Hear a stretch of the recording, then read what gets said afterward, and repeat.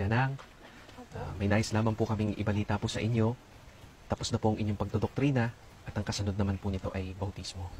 Kaya sa susunod na magkakaroon po ng bautismo ay kasama na po kayo. Hindi nyo siya pwedeng bautismohan. Pero, Bebeng, gusto kong mag-iglesia. Payagan mo na ako. Saka matagal nang hinihintay ni Ka Janang na mabautismuhan siya. Asawa ko si Janang. Hindi nyo kami pwedeng paghiwalayan kahit sa relihiyon.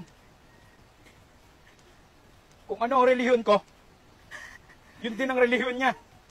Kaya kung gusto niyo siyang bautismuhan sa iglesia,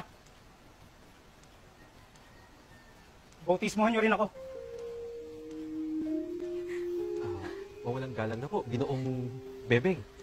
Pero hindi po kayo nagdaan sa doktrina. Lahat ng itinuro niyo sa bahay ko,